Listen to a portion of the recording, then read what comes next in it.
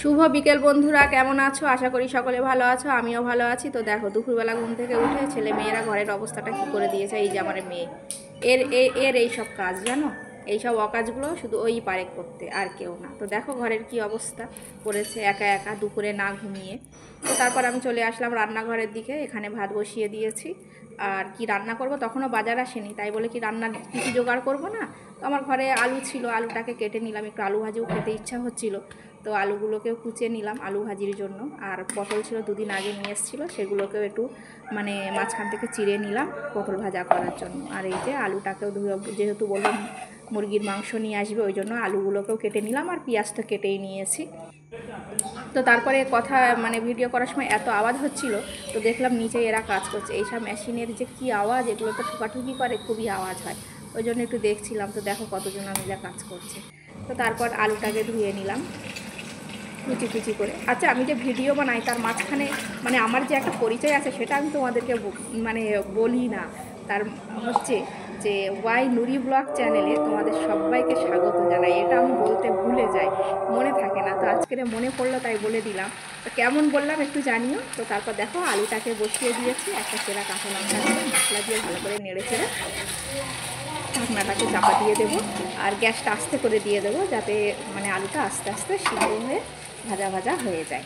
তো উপর থেকে একটু শেষে পেঁয়াজটাও ছড়িয়ে দিতে হবে, আমি প্রথমে পেঁয়াজ দিইনি, শেষে দিই।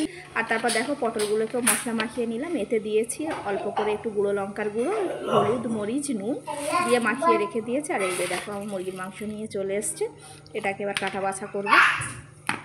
রাঁধতে গিয়ে দেখি যে মুরগির মাংস যখন রান্না করব, তো দেখলাম আমার তেল শেষ হয়ে গেছে আর নুনও শেষ হয়ে গেছে।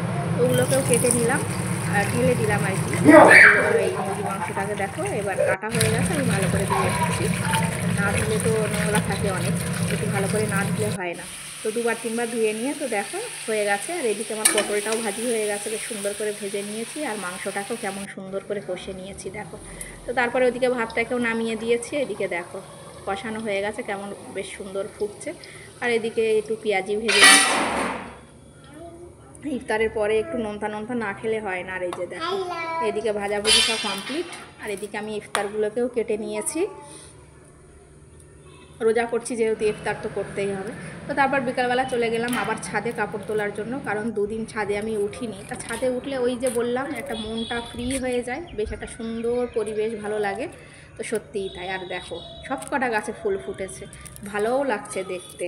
আর এই যে সেই কলমি শাক গাছটা কেমন দেখো, সব পাতাগুলো আবার সুন্দর হয়ে গজিয়েছে, আর একটু হলে কাটবো।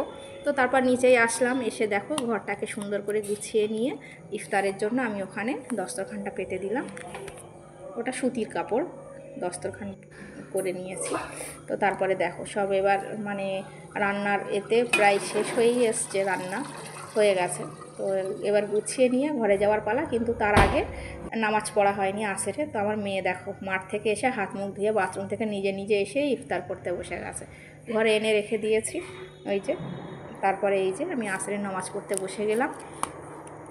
তো নামাজ পড়ে উঠে আবার সব মানে করছি, মেয়ে দুষ্টুমি করছিল, ওকে বলছিলাম, বাকি যেগুলো ছিল সেগুলোকেও গুছিয়ে নিয়ে আসলাম, সবগুলো তো আমার রেডি ছিল না।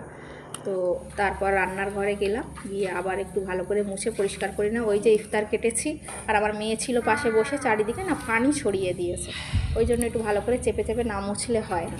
আর রান্নার শেষে একটু রান্নার জায়গাটা পরিষ্কার না করলেও হয় না, ওই জন্য ভালো করে একটু মুছে পরিষ্কার করে নিই।